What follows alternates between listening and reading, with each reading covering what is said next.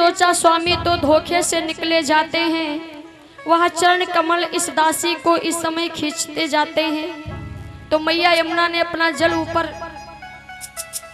अब धीरे धीरे घुटनों तक जो जल था वो कमर तक आया, कमर से सीने तक आया। वसुदेव जी ने सोचा हमें लगता है कि मैं भी डूब जाऊंगा, मेरा लल्ला भी।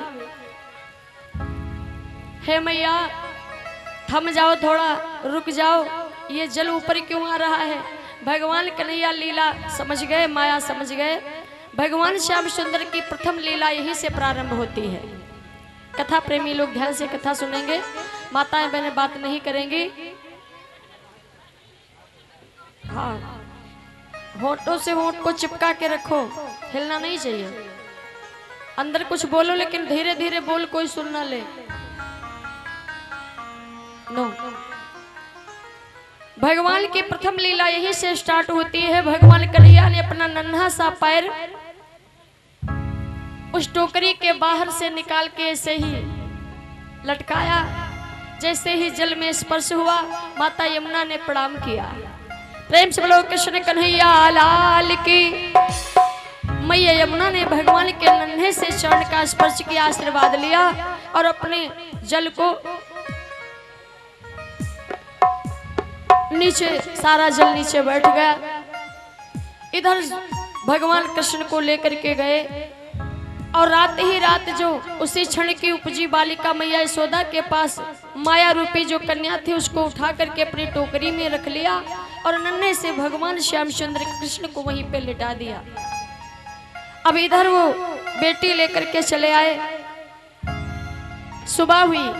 माताओं अच्छा ये बताओ, जैसे आपके घर में बेटी का जन्म हुआ हो और सुबह आप जब सो करके उठे तो देखो बेटी की जगह पे बेटवा, आश्चर्य वाली बात है ना। तो देखा बेटी नहीं है बेटा।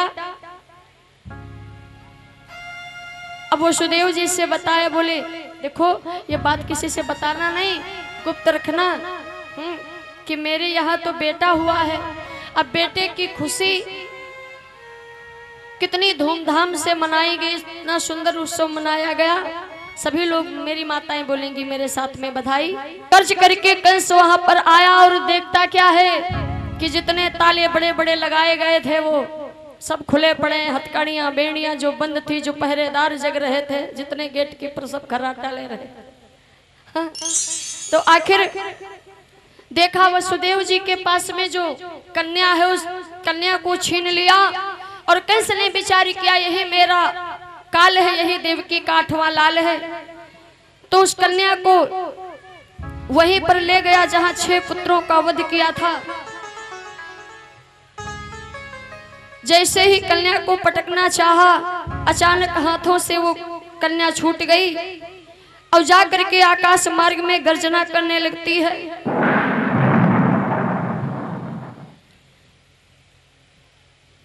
कि चिल्ला कर कहा चंचला ने, रे अभिमानी रे मत वाले।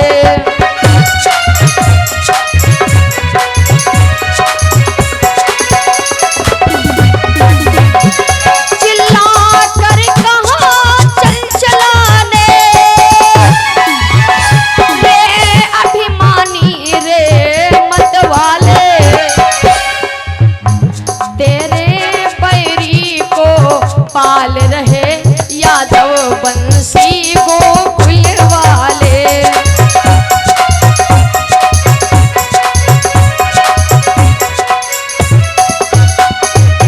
चिल्ला कर कहा चंचला ने, रे अभिमानी रे मत वाले, तेरे बैरी को पाल रहे यादव वंशी गोकुल वाले। वो तो गोकुल में पल रहा है तेरा 8वां काल।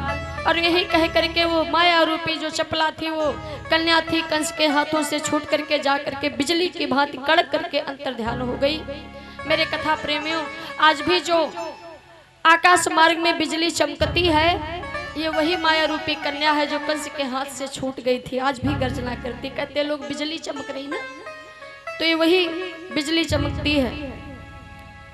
अब इधर जब पता चला कि मेरा काल तो गोकुल में पल रहा है और इधर भैया तो नाच गाना बजाना बधाइयां दान बहुत सा निछावर कर रही है माँ अपने लल्ले की बधाई में, खुशहाली में।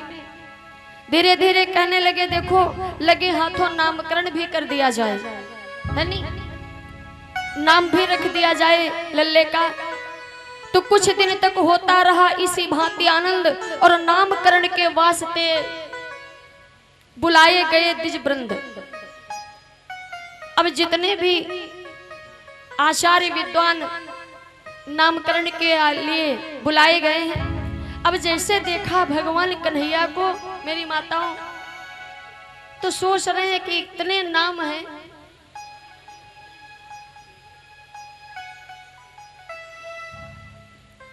ग्रह लग्न मुहूर्त देखते ही सब बोल उठे बलिहारी है। हे नंद तुम्हारा नंद नंदन कुछ मनुज नहीं अवतारी है। सुनिएगा बात को, बात नहीं करना।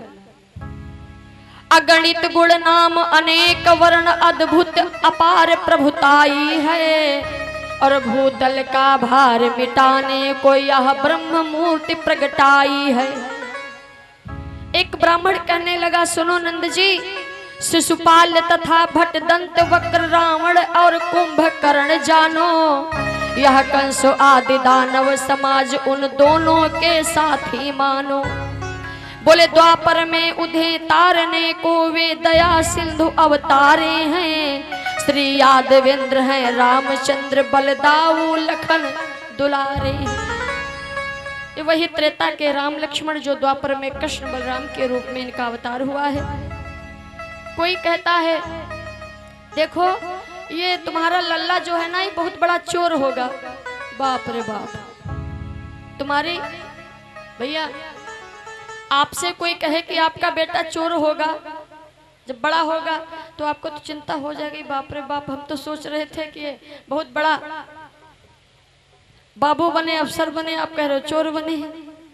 अरे बोले सुनो, ये चोरी एक चीज की थोड़ी करेगा, पहले सबसे पहली बात तो सबके चित्त को चुरा लेगा, चित्त चोर होगा इसका नाम। अरे बोले नहीं नहीं, चित्त के साथ साथ सबके घर का माखन भी चुराएगा। दूसरे पंडित जी ने कहा इसका नाम माखन चोर रखो। तीसरे ने कहा नहीं नहीं, ये गोपिकाओं के वस्त्रों को चुराएगा। हाँ, गोपी चोर, माखन चोर। बोले नहीं, ये तो मुरारी है, गिरधारी है, बनवारी है, कई नाम है ना भगवान के। वैसे घर में भी कई नाम होते हैं, ऐसा नहीं है। हाँ, मेन तो एक होता है, इसके अलावा और भी कई नाम होते हैं, अलग अलग है तरीके से, जो जिसको पसंद आ जाए सो बोलने लगते हैं। अब मैया स्वयं संकोच करने लगी कि कौन सा नाम रखूं। बोले गाय को प्रेम करेगा, गाय को पालेगा, इसलिए गोपाल। बोले गोविंद। हाँ, बोले छोटी सी अवस्था में गिरिराज पर्वत को उठाएगा, इसलिए गिरधारी। अब कई नाम बताए, भागवत में लिखा है इनके सब नाम बताने में शारदा स्वयं सकुचाई है।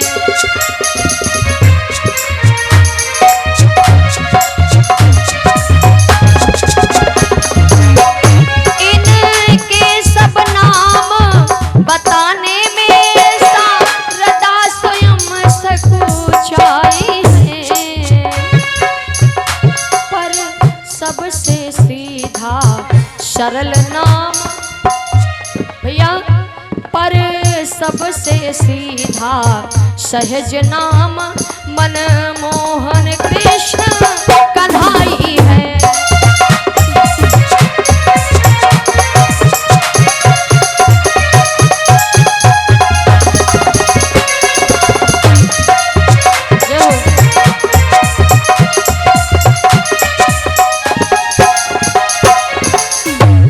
सब नाम बताने में शारदा स्वयं सकुचाई है, पर सबसे सीधा सहज नाम मनमोहन कृष्ण कन्हई है।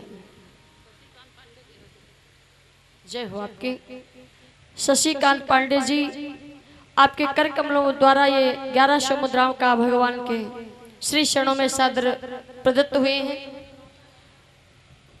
धर्म मंच की तरफ से बहुत बहुत साधुवाद आशीर्वाद। गोवर्धन धारी मोहन माधव, मोहन माधव नंद किरंदन जय जसुदा जय कृष्ण मुरारी गोप सखा ब्रजनाथ ब्रजेश गोविंद गोपाल गोवर्धन धारी। और यही किरीति सखा जय द्रौपदी वीरन के बलिहारी। बोले सौ सौ दुशासन का करी है जब है रखवार गोवर्धन धारी। प्रेम से बोलो मोर मुकुट मुरलिया वाले की। तो नाम तो कई है लेकिन सबसे सीधा सहज नाम मनमोहन कृष्ण कन्हई है। तो एक पंडित जी खड़े हो गए, बोले ये सरल नाम कहाँ है, ये तो कृष्ण कठिन नाम है, इसे तो मोहन मनमोहन गोविंद गोपाल कृष्ण, हाँ कृष्ण। जैसे आप शुद्ध कृष्ण कहोगे तो मेरे विचार से आपकी जिह्वा थोड़ी टेढ़ी हो जाएगी, तिरछी हो जाएगी। बोलो कृष्ण, होती कि नहीं? यदि हो तो समझो शुद्ध नाम निकला, ना हो तो समझो गलत बोल रहे हो। कृष्ण हो रहा ना। बोले नाम टेढ़ा, भक्तों ने कहा तो नाम टेढ़ा तो सारा काम टेढ़ा होगा। हाँ ये टेढ़ी टांग वाले हैं ना, तो इनका सब काम भी टेढ़ा होगा। क्यों? क्योंकि देखो भगवान जैसे हमारे सीताराम जी सावधान मुद्रा में खड़े मिलेंगे आपको, लेकिन हमारे कन्हैया जी ऐसे, कहीं तो ऐसे, कहीं तो ऐसे उठाएं गिरिराज को, कहीं तो गैया चरा रहे हैं, कहीं गेंद खेल रहे हैं, कहीं मक्खन खा रहे हैं, कहीं ऊपर चढ़े, कहीं इधर चढ़े, कहीं उधर उतर रहे हैं, कहीं उधर घुस रहे हैं, कहीं उधर भाग रहे हैं। हाँ तो ये लीला कर रहे हैं, लीला पुरुषोत्तम भगवान है। और राम जी सब इसीलिए नहीं किए क्योंकि वो मर्यादा पुरुषोत्तम है, और जो मर्यादा में रहेगा वो ये सब नहीं कर सकता। तो इसीलिए मर्यादा का पालन करने मेरे राम जी आए हैं, और लीला पुरुषोत्तम कृष्ण जी लीलाओं को धरती पर दर्शाने आए हैं। देखो भैया राम जी का जो चरित्र है वो अनुकरणीय है, समझ में आ रहा ना? राम जी का चरित्र अनुकरणीय है और कृष्ण का चरित्र सिर्फ श्रवणीय है। सुनोगे और जो सोचो कि कन्हैया ने ऐसा किया लो हम भी करें, हो गया काम भाई। भगवान कन्हैया ने छोटी सी अवस्था में इतनी विकराल पूतना को मार दिया, वध कर दिया। अब कोई सोचे कि लोग कहते भगवान के पग चिन्हों पर चलो तो लो हम किसी बूढ़ा की खोपड़ी मार दें।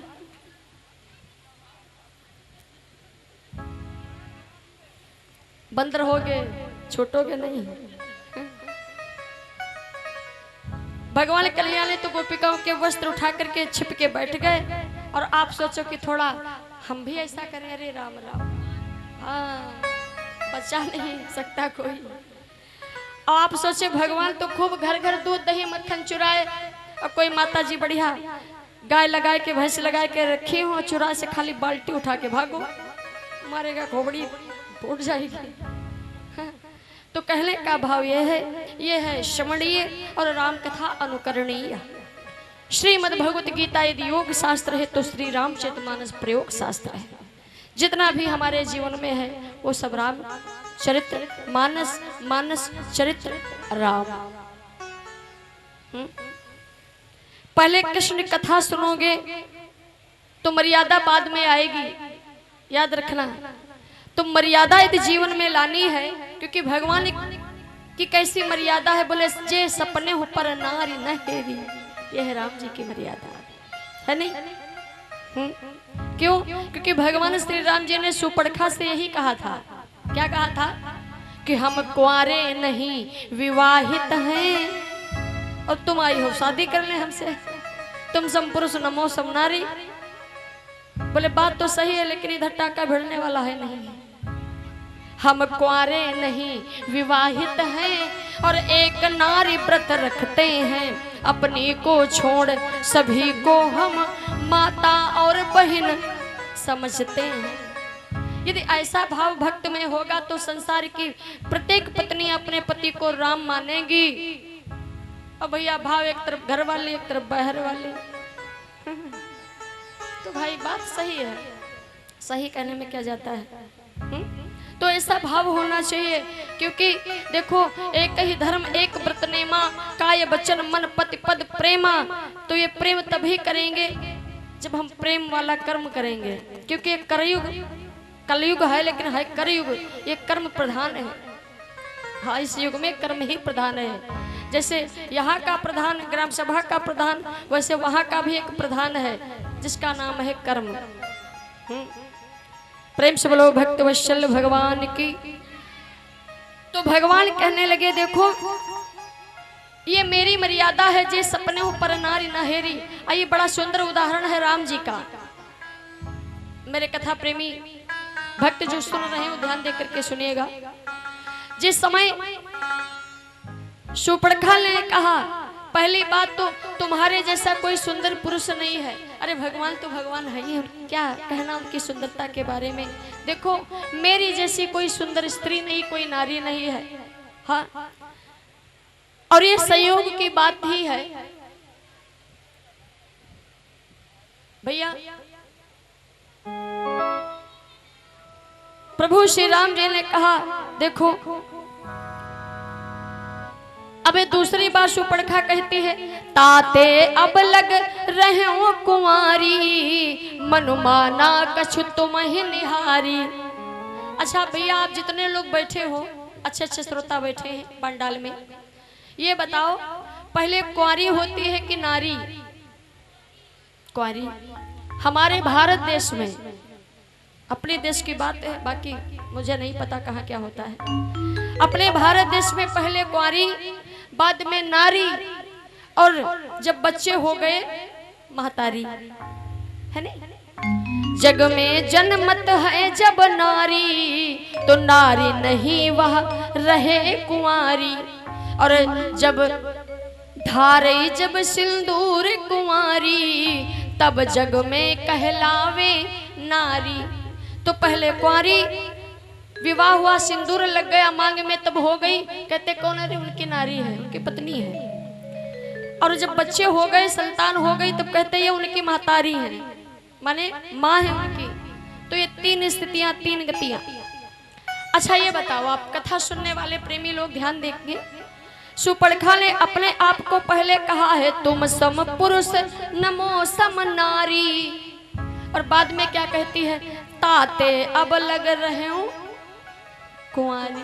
भगवान को आश्चर्य हुआ कि हमारे भारत देश में पहले कुंवारी, बाद में नारी, और ये अपने आप को पहले कहती है नारी और बाद में कुंवारी। इसका मतलब ये कोई विदेशी लेडी है, ये भारतीय महिला नहीं है। क्योंकि भारत में तो पहले कुंवारी, नारी, महतारी, और ये पहले नारी, बाद में कहते हम हैं कुंवारी।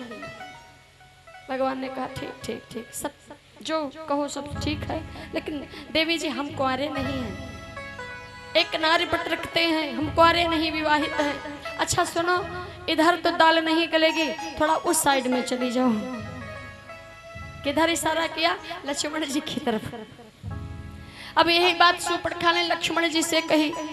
भैया अब राम जी तो सरल सीधे भाव के मर्यादा पुरुषोत्तम तो सुन लिए, लेकिन हमारे सरकार सुन लिए, और भैया लक्ष्मण लाल है गरम दल के नेता, उनको बात कहाँ बर्दाश्त है।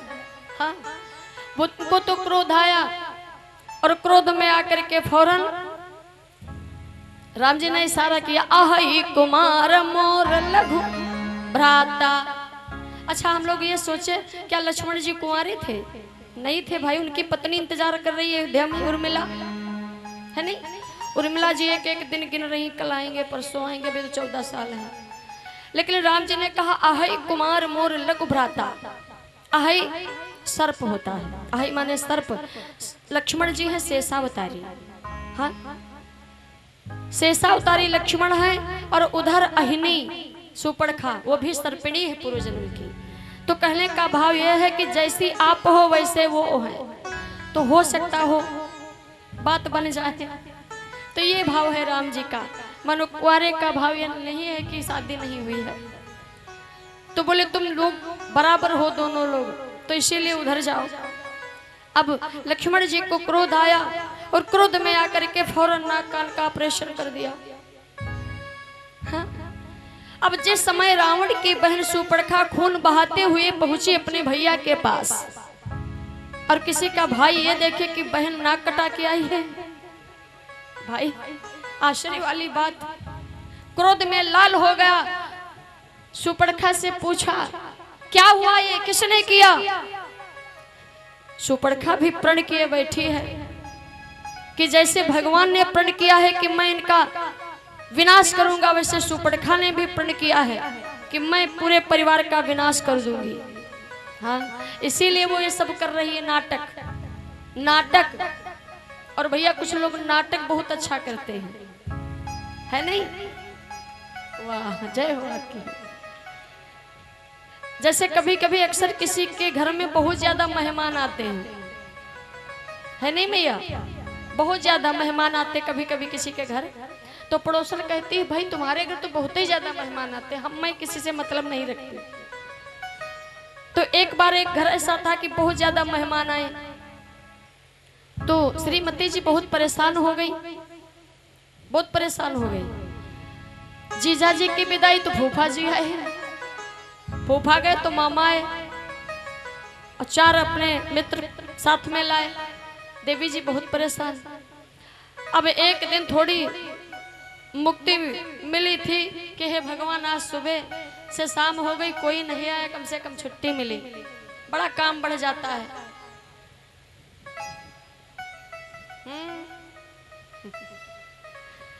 शाम होने को ही थी, तब तक भाई साहब के बहुत पुराने दोस्त आ गए।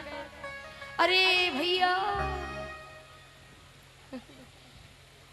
आप आ गए, मानो प्राण हमारे आ गए। वैसे माने प्राण चले गए थे पहले। आइए जी, देखो सुनो जी, हमारे बचपन के दोस्त हैं, मेरे के साथ पढ़ते थे, आज आए हैं। पता लगाते लगाते चलो बढ़िया अच्छी चाय बना के लाओ, और हाँ नाश्ता वास्ता 4-5 प्लेट ले आना, मानो 1 महीने से नहीं खाए थे। अब बढ़िया चाय नाश्ता बिस्किट नमकीन सेमी सब सजा के रखे। मित्र ने सोचा, हम तो सोचे थे 2-3 दिन रुकेंगे, हमको लगता है हफ्ता बीत जाएगा। हाँ, इसलिए ज्यादा खातिरदारी भी शायद नहीं करने वाली होती। तो 2 दिन बीत गए, 3 दिन। एक दिन कहने की सुनो जी, ये कब तक रुकेंगे तुम्हारे दोस्त? अरे 2-4 दिन तो रुकेंगे, इतनी दूर से आए हैं।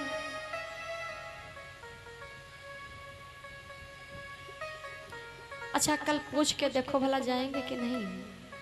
तो रात में भोजन सब कर रहे थे। बोले अच्छा भाई अब कब तक प्रस्थान है आपका? बोले सोचते हैं 2-4 दिन और रुक जाएं, हमको बड़ा अच्छा लगता है, और आपका स्वभाव तो जैसे तब था वैसे आज है, और आपसे ज्यादा अच्छा स्वभाव तो भाभी जी का है। भाभी जी का अच्छा, चापलूसी को कर ले। हाँ, अब धीरे धीरे 1 हफ्ता बीत गया। अब बेचारी एक दिन परेशान हो गई, कहेंगे सुनो या तो इनको निकालो या तो मैं इनसे कुछ या आप भगाओ उनको। हो गई मेहमानी रिश्तेदारी। तो पति देव ने कहा अच्छा सुनो हम एक प्लान बनाए। माताओं प्लान बनाना जब मेहमान ना जाए। बोले प्लान बनाएंगे कल, कैसा? कहने लगे देखो कल तुम जब भोजन बनाना तो सब तो अच्छा बनाना, दाल में थोड़ा नमक तेज कर देना। हाँ, ज्यादा थोड़ा डाल देना नमक, ठीक? फिर खाओगे? कहेंगे एक दिन नहीं खाएंगे तो क्या सब्जी खा लेंगे। तो खाने बैठे और कहेंगे देखो जब हम तुमको डांटेंगे तो हम ऊपरी मन से डांटेंगे, वो अंदर से थोड़ी डांटेंगे। तो कहने की डांटोगे हम मारोगे भी? बोले हो सकता हो 2-4 लग जाए, भाई नाटक करनी है ना। यहाँ बाप रे बाप, इतनी जोर से तो कब्बो नहीं चिल्लाए थे। क्या है, ऐसे दाल कहीं बनती है? ये नमक दाल में डाला है कि नमक में दाल डाली है? कहने की कोई बात नहीं, थोड़ा शायद हो सकता है हमने 2 बार डाल दिया हो। कहेंगे अच्छा तुम्हारा ध्यान कहाँ रहता है? सारा दिन गेम मोबाइल बस देख रही हैं, बस ये मंगाना है, ये ऑनलाइन, ये शॉपिंग, ये सब, बस इसके अलावा कोई काम नहीं। अब बात बढ़ गई, ज्यादा बात करोगे थप्पड़ मारूंगा। कहेंगे अच्छा मार के देखो। अब भैया तो बात पहले हो चुकी थी ना, बड़ी जोर से दिखाया, बड़ी जोर से, और लगाया बड़ी धीरे से। अब तो बड़ी जोर जोर चिल्लाने लगी, हाय मम्मी हम कह रही थी कि शादी ना करो वहां, देखो आज हाथ उठ ही गया इनका। अब दोनों में बात बढ़ गई। भाई साहब जो बैठे थे ना तीसरे मेहमान जी, अरे दादा भाभी है भाई, इतना अच्छा भोजन तो बना रही है, हाथ ही है कभी कम कभी ज्यादा, तो इसमें इतनी बड़ी बात बनाने की कोई जरूरत नहीं, अच्छे से खा लो, कोई बात नहीं। जब एक दिन नहीं अच्छा बना तो कोई बात नहीं, रोज तो अच्छा ही बनता है। कहने लगे देखो भाई अभी हमारा पर्सनल मैटर है, आप ना बोलो। तो बोले ठीक है, हम तो खा रहे हैं, हमें तो बढ़िया लग रहा है। श्रीमती जी ने देखा, बोले हमें लग रहा है मामला फैला है, ये जाएंगे नहीं, मारो जाए पीठो। हाँ तो अब दूसरा जैसे थप्पड़ दिखाया, अरे देखो भाई लड़ाई झगड़ा मत करो और अच्छे से खाओ, हमको भी खाने दो, और हो सकता हो आज हम शाम तक निकल जाए तब कुछ तसल्ली मिली। हो सकता हो शाम तक निकल जाए। भाभी हमारे कपड़े उपड़े सब, बोले हाँ भैया सब तुम्हारा बैग पूरा तैयार रखा है और तुम अपना काम देखो। ए सुनो, और तुम हमको दिखाई मत पड़ना, यहाँ तुम भी जाओ कहीं। पति देव से बोली, पति देव कह लगे ठीक है, प्लान की बात है ना, इतनी बातें हम सुनते। अब झगड़ा शांत हुआ, बोले ठीक है अब आप लोग भी भोजन करो। दोनों नाराज बैठे, जाएगा नहीं लग रहा है, जाएगा, प्लान सफल होगा। अब भोजन पानी हुआ, भाई साहब कहने लगे ठीक है भाई अब जा रहे हैं। बैग उठाया और